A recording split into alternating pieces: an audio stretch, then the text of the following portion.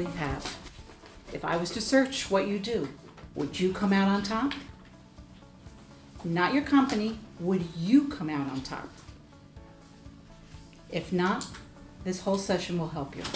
I'm Pat Ferdinandi, work for Viditude, which is video with attitude, and I'm a YouTube marketing specialist. But today, we're going to be concentrating not just on YouTube, we're going to concentrate on the internet and on social media. And what may actually surprise you is that way back in the past, around the 1950s, when computers were first being born and developed, the concept of having one machine talk to another machine in a distant land was already in the development. But it wasn't until 1995, which is, by the way, only 19 years ago, that it was open for the general public to use for commercial purposes. And that's when the internet really exploded. What you may not realize is that in 2002 is when the first social media app came. It was called Friendster, which unfortunately, like so many, have gone to the graveyard. But one that came out in 2003 is still around and is probably the number one source when you think of social media. That is LinkedIn. Started in 2003. Now what depends is if you think about people adopting things, LinkedIn is probably already down where the late majority of people are starting to get involved. I noticed the difference because you even see the B2C companies now are starting to use LinkedIn. You have all the other ones that are probably still, Facebook is right now at the tipping point, and you probably have something like YouTube, which is still probably in the early majority as far as the popular ones are being used. I am definitely an early adopter. I'm not all the way at the edge. I'm not the type of person that will stand in line for 3 days to get the new iPhone, but I'm certainly not a lagger, and those are the people still using the corded phone saying, what do I want to do with this digital stuff? It doesn't matter. The question is, where are you on that for adopting social media? Which one of these type of categories are you? More importantly, where are your clients, your prospect clients? Because you need to be ahead of them in order to connect with them and to be with them, to communicate with them. A sale is made through at least 8 touch points before they're going to go and commit and talk to you about making a sale. Social media is a great way to actually to provide it for you. I suspect after meeting many people at the ACG that you're probably, and I'm hoping, in the early majority, that you are looking at this, you have started using it, you have started investigating it, that you're not more of the laggers that you're, or the late majority. You're actually starting to look at this. Whether you believe it or not, you've already committed saying, I know I have to do it. The internet is like a big data mine, and you can have the best information, be the best person for that client, and be the precious pink diamond, but you will never be found unless you understand your client and where they are and how to communicate with them. It is like a tree that falls in the forest, and if no one's there to hear it, does it really make a sound?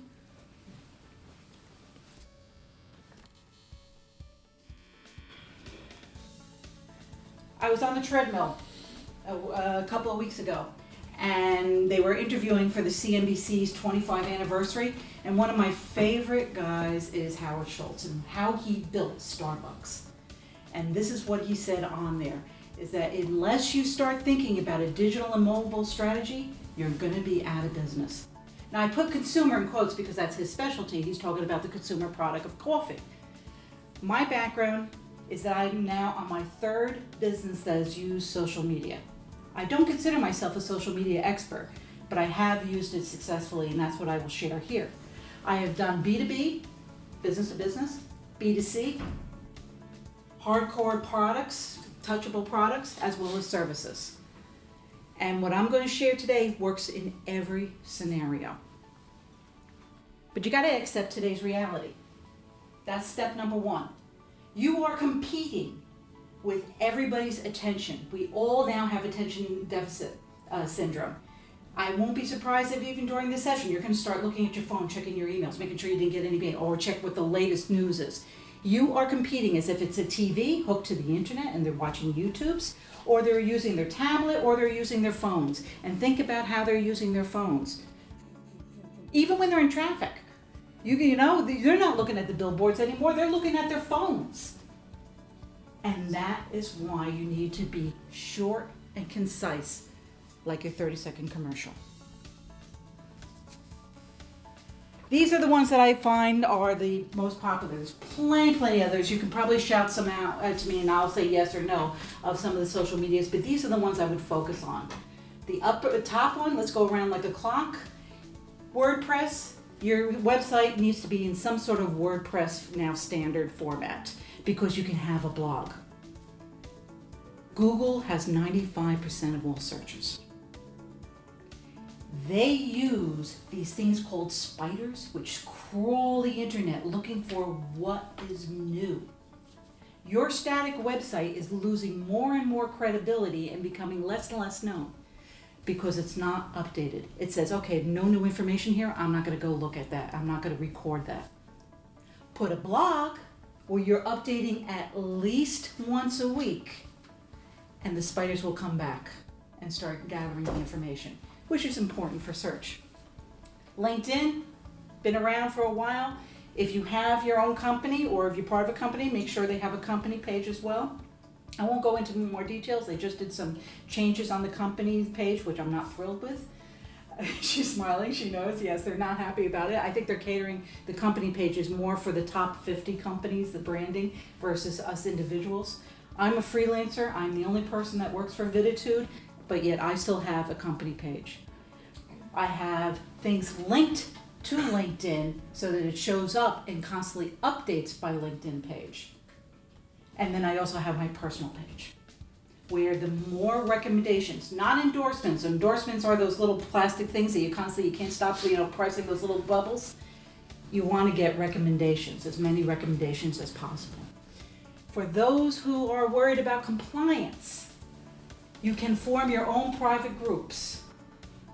Check with your company and have it where it's private, where you can have your own clients talk together and then share information. And you can then email the group through LinkedIn.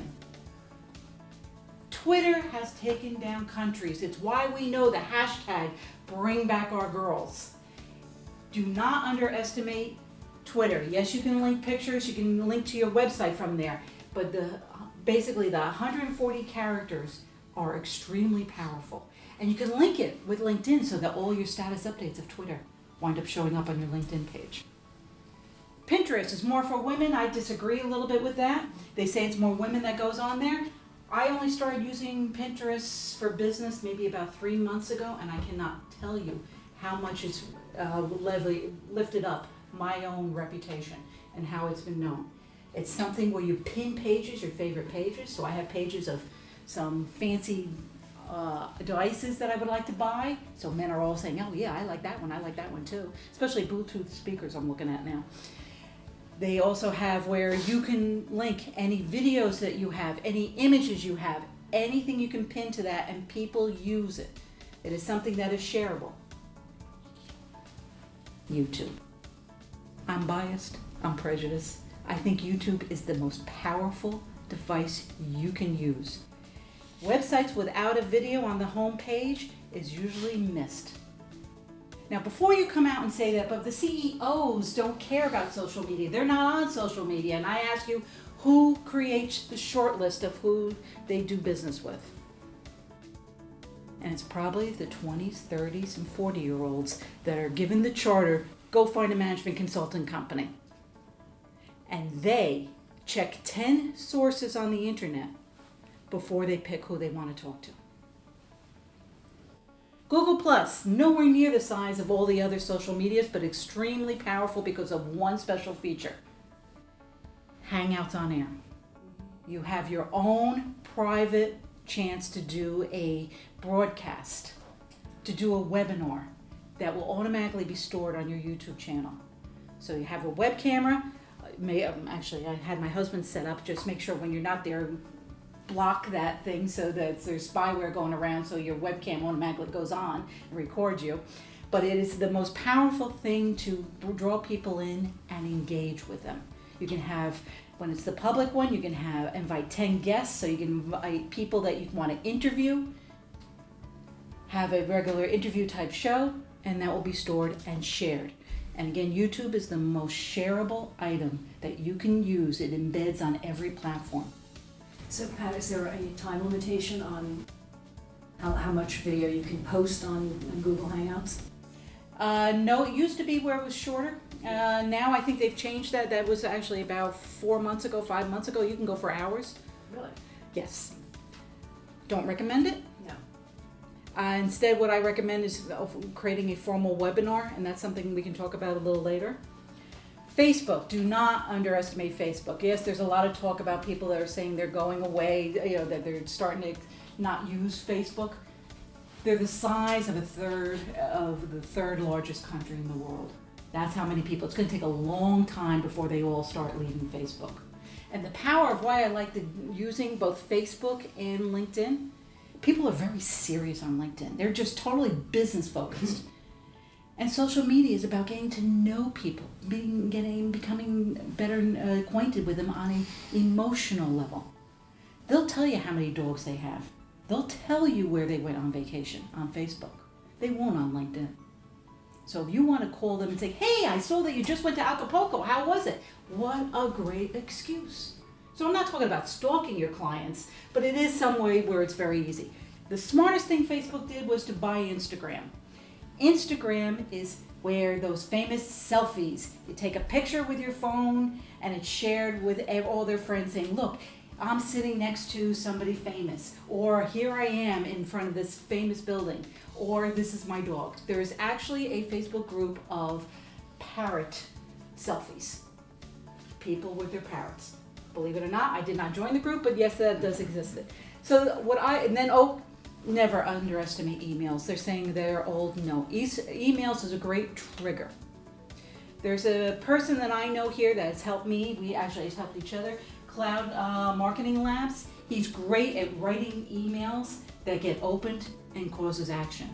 If you're getting ready to do a seminar, you're getting ready to do something where you need people to alert and share, he's very good at writing that. So that's why I added his, because it's just important in promoting your business. Now that was most of the presentation, so we'll go through. Do not underestimate the power of images. If you're thinking people going through, they're going boom, boom, boom, boom, boom, boom, boom. Mm-hmm.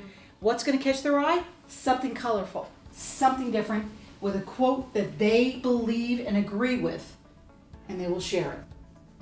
Now to answer the question as far as why you always see that wonderful parrot, why you see me wear parrot jewelry, etc., it started probably about 7 years ago. I went to a dinner function of about 75 people, and who came across the room was Seth Godin, who is the #1 marketer and great thought provoker. Came right over to me and said, oh, I got a great parrot story for you. I knew right then that I was already known as the parrot lady, and I can't tell you how many times I get emails or phone calls saying, I saw a parrot and it made me think of you, that I had to talk to you. In your personal brand, what do? What do you have that you can carry over to trigger people to call you? And because friendly is more important, friendly is the new professional, you can do something like a dog if you want, a guitar with a camera on it. Something that is always going to trigger someone saying, you know what, I saw a picture similar, it made me think of you. Anything worth stealing, as far as intellectual property, is worth sharing for free as long as you have your logo on it. Put some sort of watermark on it. And that is a way that it gets shared, and the name of who you are gets shared with more and more people. Everyone know what a hashtag is and what it's used for, pretty much? All right, so I won't go into that. Though do try to keep it short. The reason why tweets, they say it's 140 characters you're allowed, is that you want to encourage sharing. And when you share, it pulls in your 8-letter domain name or whatever, like this one has acg-nj, way too long, but they have that is shared with others. And it goes on and on and on for how many times it gets retweeted. Seminars, the ideal limit is thank you, Ted. Ted said it to have 18 minutes. I'm obviously breaking that rule today. But your best seminars, especially on Google Hangouts, so that they are watched among the attention deficit system, is 18 minutes. Next time you're looking at a newspaper, even if it's online in digital format, think about why you are opening certain articles. It's probably because the way the headline was written. And that headline is important for your emails, it's important for your blog posts, and it's also probably something that's tweetable. It seems overwhelming. You're saying, oh God, how many of those different things are there that I need to manipulate? There are devices that help you do it all at once. Social Oomph, TweetDeck, I use Hootsuite. Hootsuite is extremely helpful in that you can link in your accounts. You can link in up to 5 different accounts. So I have 2 Twitter accounts, 1 Facebook account, my Google Plus account, and my LinkedIn account. So I post a tweet or I post a link, and I can say go to all of them or just one of them. I can also pre-schedule. I have all my tweets going out up to about 6 weeks from now. So I spend 1 hour a month planning what I want to do and writing all my tweets. I have 3 tweets going out a day. The other thing this has is it actually has a mobile version where I then, when I'm waiting in line, stuck in traffic, yes, I'm one of those that will play with the phone while I'm in traffic, or I will on the treadmill sit there and saying, what is my clients tweeting? Because if I want them to like me, I want to see that, oh, they have a good point. Let me share that with all of the people that are following me. Look at what your clients are doing. Help them get business, and you will get business in return. You had a question? Oh, what's that called? Hootsuite? Hootsuite, as in a hotel suite. Okay, thank you. What would be an example of one of your, you said it, you do it one hour per month? Of setting up my own. Yeah, so like what would be an example of what you would send out there? Basically, I talk about how people can prepare to be on video, how to talk to the camera, what kind of videos would help them do their business. One that just got retweeted a lot was, don't wear stripes on camera. And people like that. Also on your tweets, count in the characters, those lovely little hashtags.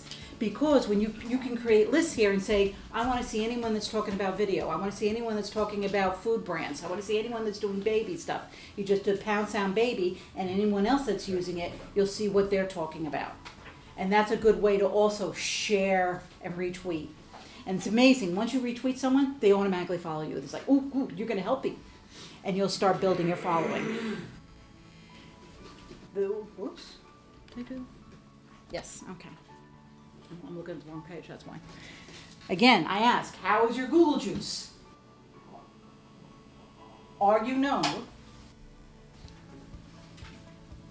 There's so many different options. You have to figure out which options to go for. Which ones are going to actually work for you. It is a puzzle where you're going to have a bunch of little pieces. And the problem that most marketers make is that you don't own the frame of the puzzle. Your clients own the frame. And you have to find the pieces that fit in their perspective, fit in their point of view. It is called, actually, permission marketing. Yes, I'm a Seth Godin person. Most people make the mistake is that they consider social media as a PR engine. Let me talk about me. Let me talk about what? Let me talk about all the things and just shout out, shout out, shout out. And they miss the opportunity of that. They can listen to everyone. And they can listen and make a point. And what you're dealing with, again, besides the mobile devices, is that everybody is inundated with so much information. They are just in such a point of content shock that they are missing a lot of your pink diamonds. If your pink diamond is boring, it is not in a format that is eye-catchy, you will be ignored. So I ask you, how much of an effort are you willing to make? Because it is actually a switch. If you want sales, you need to adopt and actually merge your ideas of sales with ideas of marketing. Social media has made it so that there's a major overlap now. It's hard to be heard, but people want to matter. And if you keep that in mind, the mindset of people want to matter, your clients not want to matter, that is what's going to help you. What is very interesting is they interviewed a bunch of marketers. 100% of them said that they have a social media and digital strategy. 77% of them said they're getting no return on investment. That means only 1 in 5 are actually having success. And the reason why is that their mindset is off. They're thinking in like the days of the Mad Men. I don't know, everybody know that show? Okay, it's a 1970s style where they knew that there were only 5 channels to talk to. There was only 5 channels. The people had to listen. They couldn't fast forward over commercials. They miss the glossy ads inside the top magazines. They had to be seen. If they wanted a smaller ad, they knew that it had to be in the upper right-hand corner so that their eyes automatically went there. That's not the way it works anymore. These people fail because they're talking me. This is me. This is what I do. This is how great I am. And that is the worst way to operate. It's not, social media is not to be self-serving. It's to be serving the client. It's about the other you. It's about the person who is actually wanting to buy from you and being helpful to them is the success. Because social media isn't so much about what you say. It's not who you know, it's who knows you and what they are saying about you. They are the ones that are going to bring the sales to you. They're the ones that are going to bring the referrals. They're the ones that are talking about whether you are a self-serving person or a gracious person with information. So if you think that all you can do is like, I'm going to have my LinkedIn page, I'm going to have my Twitter account, I'm going to have my Facebook page, I'm going to have my website, and people are going to find me, you will lose. In fact, what you really need to think about, and I think, no, actually I'm not going to do it there. I'm going to hold off. What you need to think about is the why. Why do people want to listen to you? When we went around doing our 30-second commercial, most of you started with your name and what you do. No one gives a crap who you are until they know you can do something for them. Peter and I have known each other for a while. We've also trained speaking together, so that's why he was very good and used his name at the end. There was other people that did as well, because no one cares who you are. And you only have 3 seconds to get them to want to listen to you. If you start out with your name, you already lost them.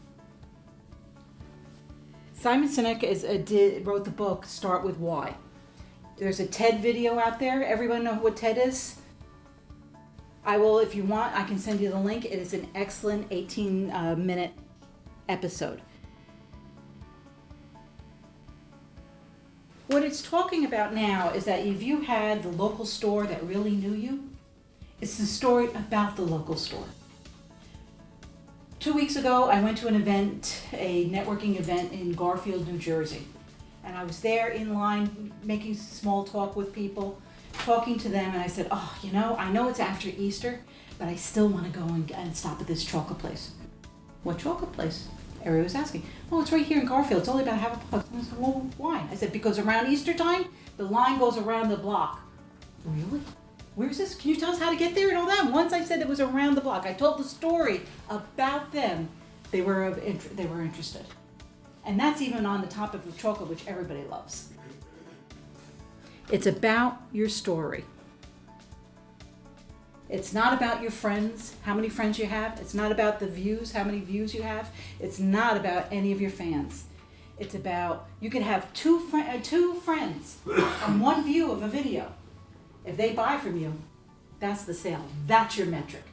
Not all these other metrics of how many people. It's who shares information about you that is much more important than the number of friends you have. And it's about what they say about you. The talk bubble. You got that one to hand out? this is one of the exercises I hope you will take back with you and actually consider, because the question is, what is your story? And I gotta find mine. I forgot my own sheet. Oh well. It is from a Skillshare course. I strongly recommend that platform, looking at it. If you want to take any little courses about design, marketing, or whatever, Seth Godin has 2 courses out there that introduces you to modern marketing. And this is from one of his classes. And I'm going to take one of them, borrow one of them. I'm going to borrow your copy first.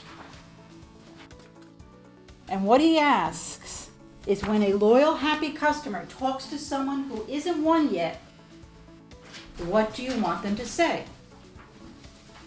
And the real question is, will they? Really? Why? So now you have the other side. Think about why people will actually share the story. Because the story must be believable, differentiate you from others, not only as far as other competitors, but co-workers you're competing with, which is why you need your own personal brand. The story has to be sustainable, something that they actually want to hear. It has to have a single point that talks in terms of how they can feel part of you and see the potential transition that they can take.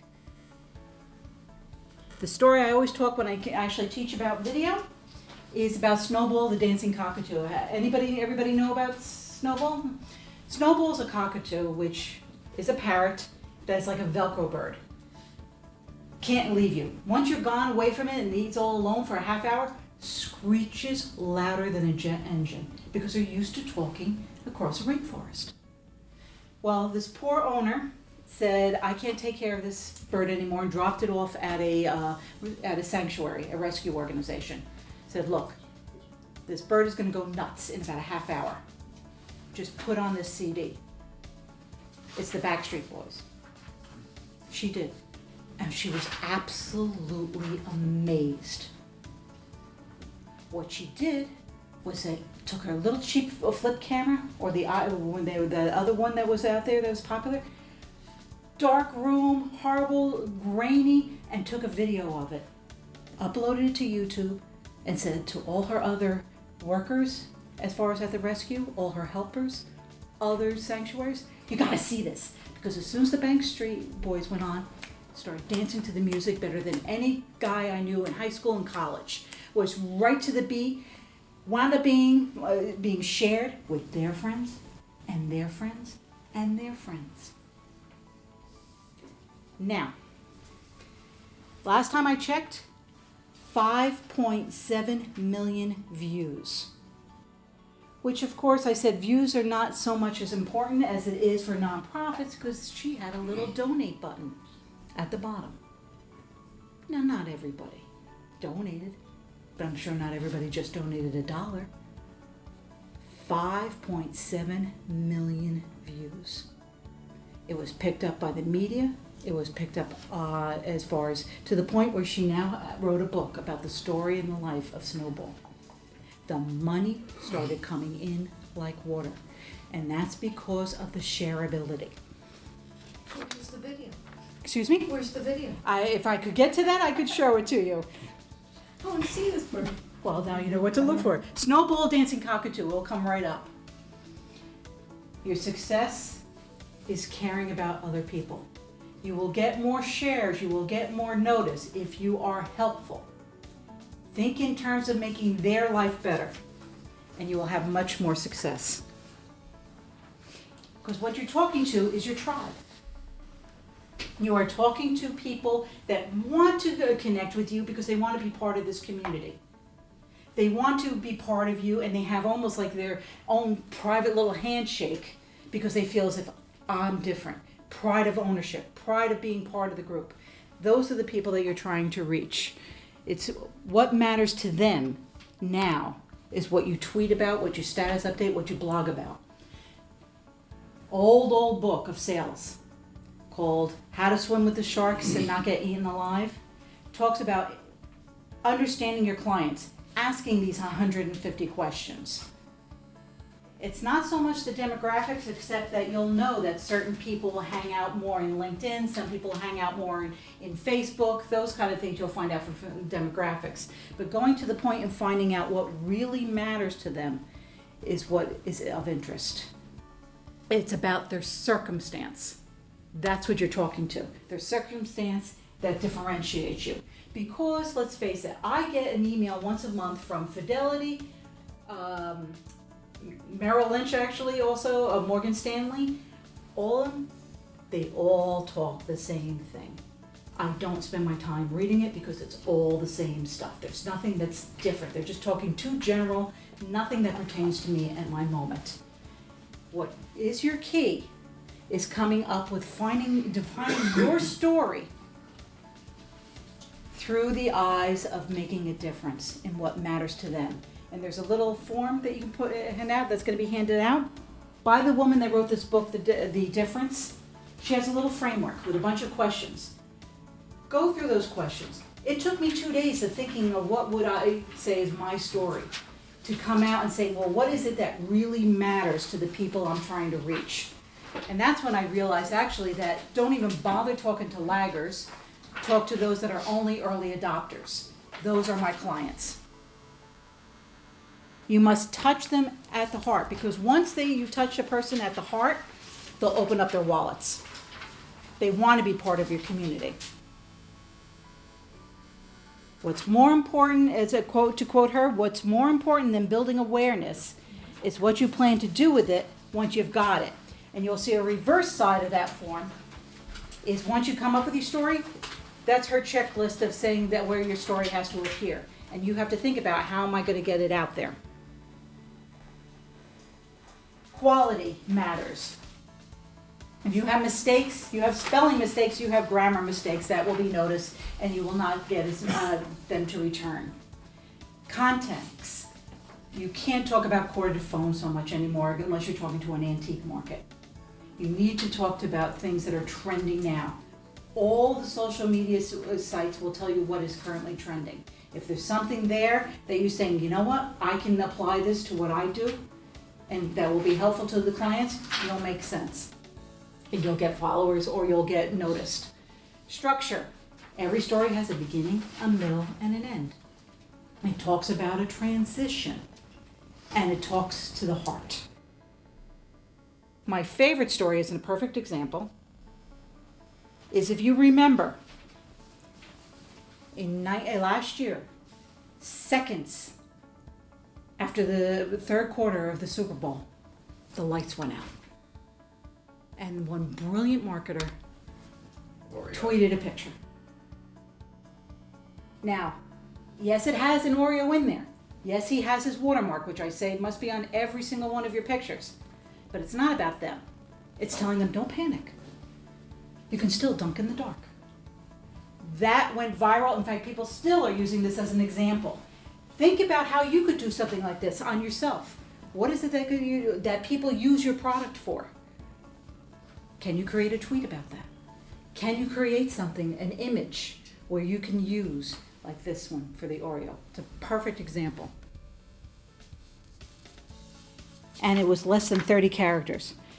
The biggest thing about your own personal brand is you need to be realistic. Realize that people can see right through you if you are a taker. They can see right through you now because they have a choice of who to listen to.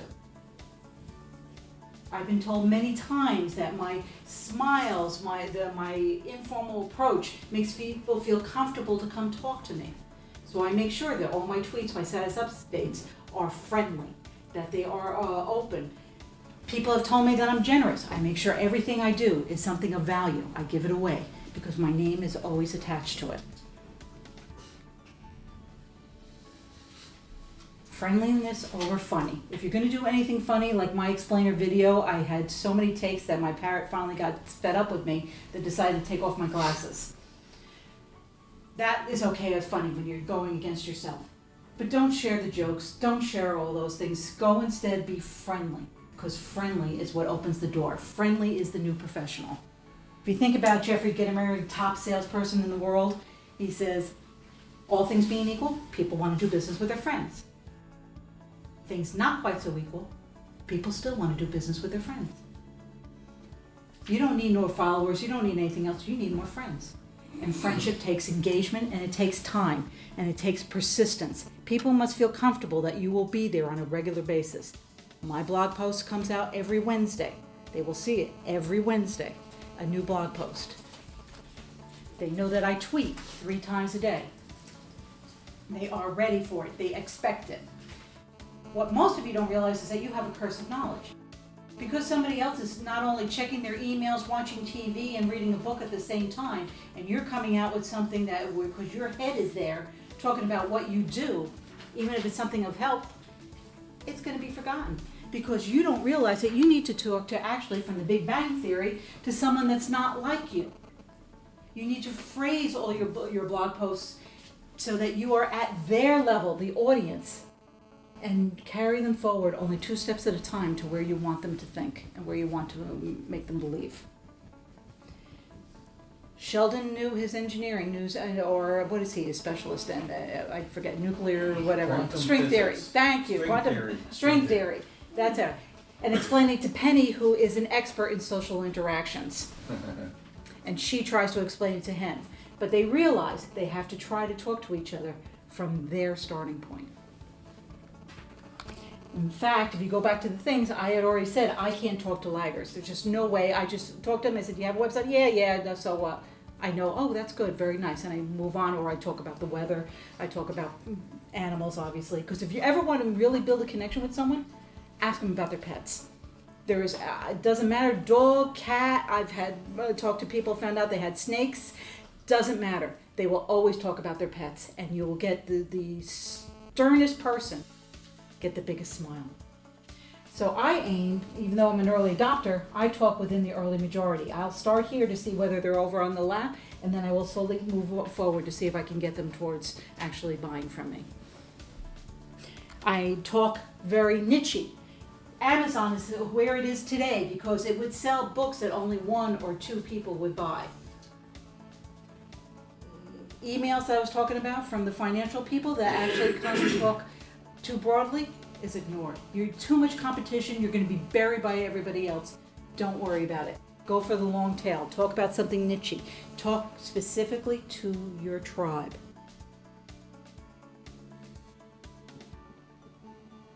My advice, pick your 10 top clients. See if you can find out what their Twitter ID is, whether they're on Facebook. Make sure you're connected with them on LinkedIn. Listen to them for at least a month. Find out what they're talking about, what's the interest of them, what matters to them. And then start developing all your posts. Then start developing everything you have to do. It's about pride of being part of your tribe that you're building. Once you hit 10 people and you give them a value, they will share it with their 10 people. And they will share it with another 10 people. And once you actually cross maybe 1,000 at that point of reachability, then you'll start seeing a real uptick in your acceptance and people coming to you. But you need to start with their why. 30 seconds is too long. You have 3 seconds, 8 seconds, 15 seconds, and then a minute, and then after that they will watch it. 3 seconds. And remember, they don't give a crap who you are. They care about what matters to them. That's why you will always hear me give my name last.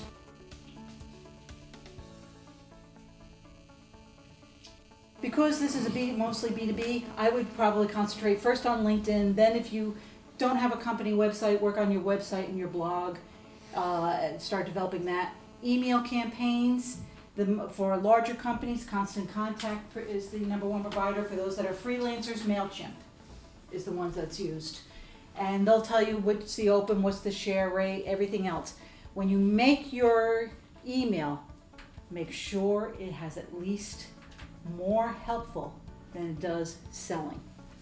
I actually would put Google Plus in there because of the Hangouts on Air, and then webinars is probably one of the most underused marketing sales tool where you can be helpful to people. Pat, just before, I'm sorry, if you could just go back to that, I wanted to ask this earlier, and it's come up again.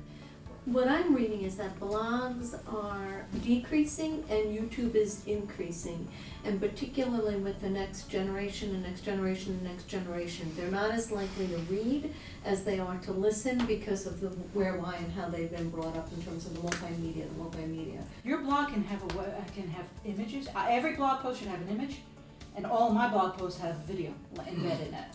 So they come to my blog to read the blog because they want to see what the video is. So you're using the video in the blog, got it, okay. Then the other question about that is that earlier, very early on when you had screens, you were talking about using blogs because of the crawlers that are out there.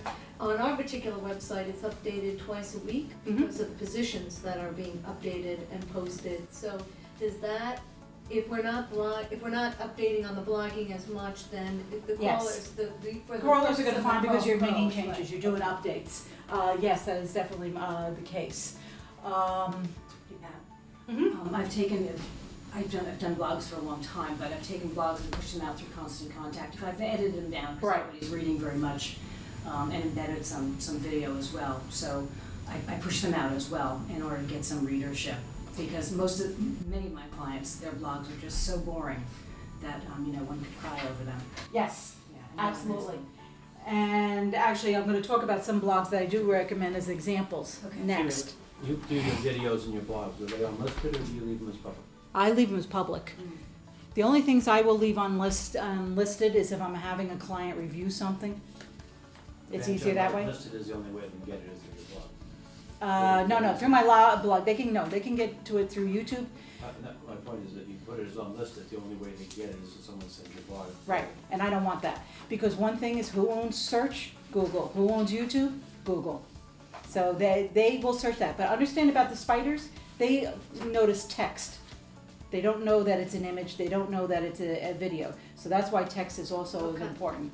Okay, thank you. You'll also see that Facebook's not listed, even though I told you that's a good way to explore the other people. But text includes a hyperlink, doesn't it?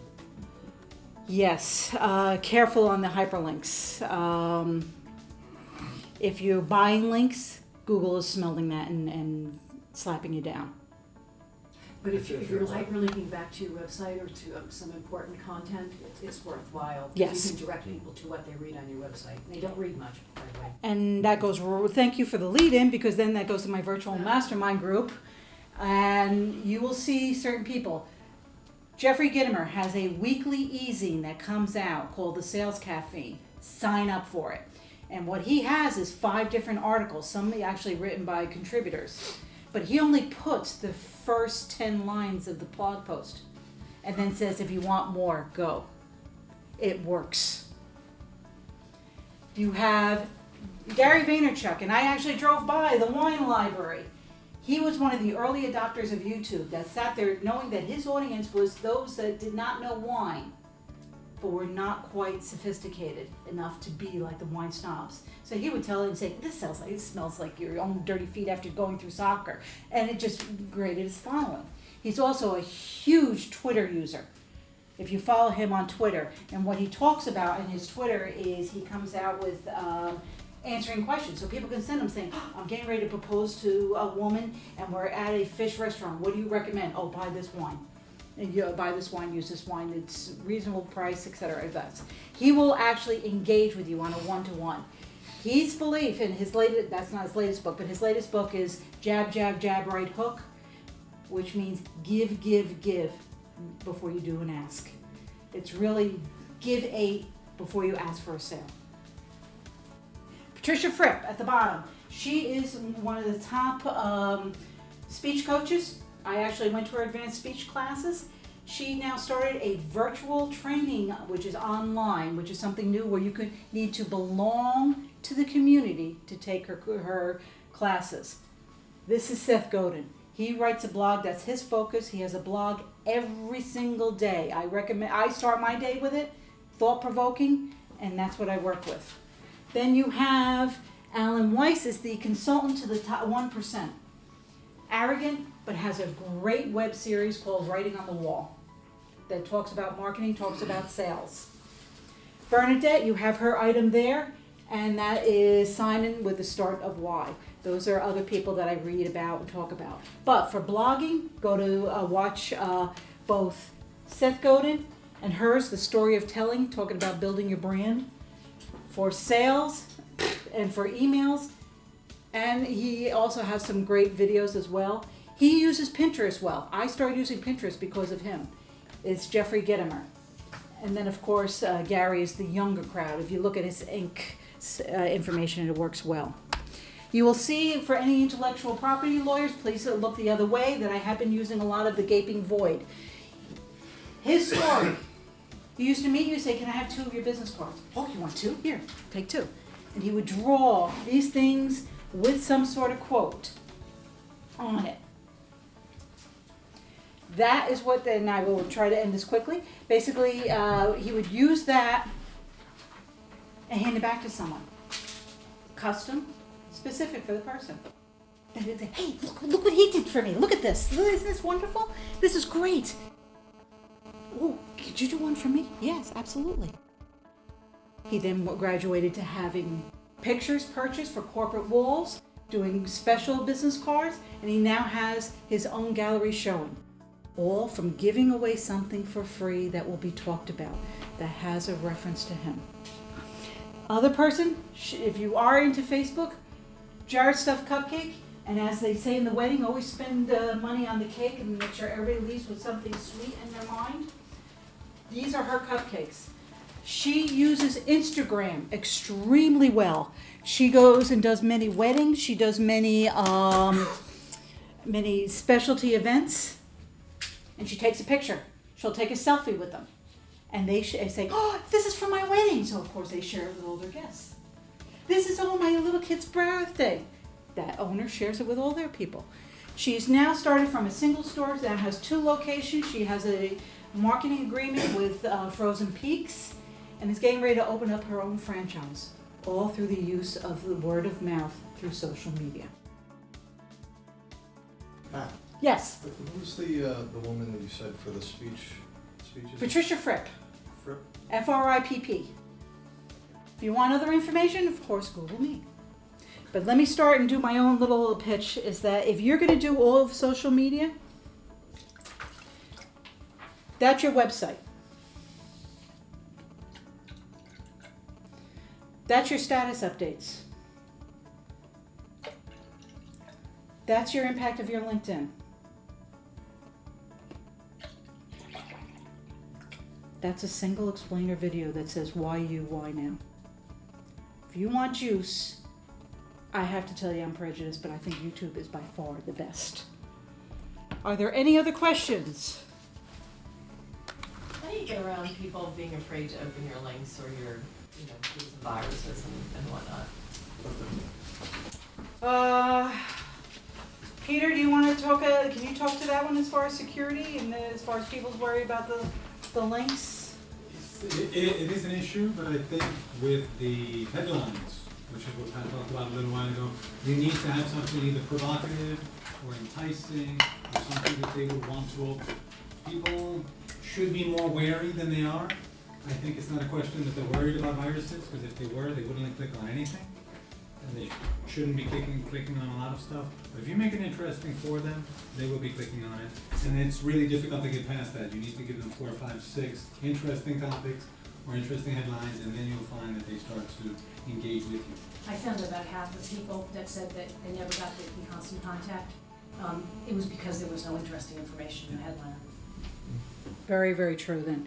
I realized that as I was going through things, and of course, I forgot to hand out one other thing that may be useful for you to think about.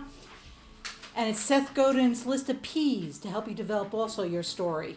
And one of the things I talked about, of course, is the Pavlov experience. They see a parrot, they think of me, they call me. There's another one that talks about what permission marketing really is, gaining permission. And then on the back of it is also my little list of adding of 4 P's as well to it. One comment? Yes. Going very niche. 80% of what he says applies to writing a song. Absolutely. Well, it goes to writing a script as well. The video script, doing video script as well. It only has about 3 seconds. Now, please take a cupcake with you woman's wonderful. I want to help support her as much as I can. I have all different flavors, and they are stuffed with mousse. So please feel free to take them. I do not want to take them back home. I lost 25 pounds, and I want to keep losing it. Any other questions? I know I went very fast. I'm going to try to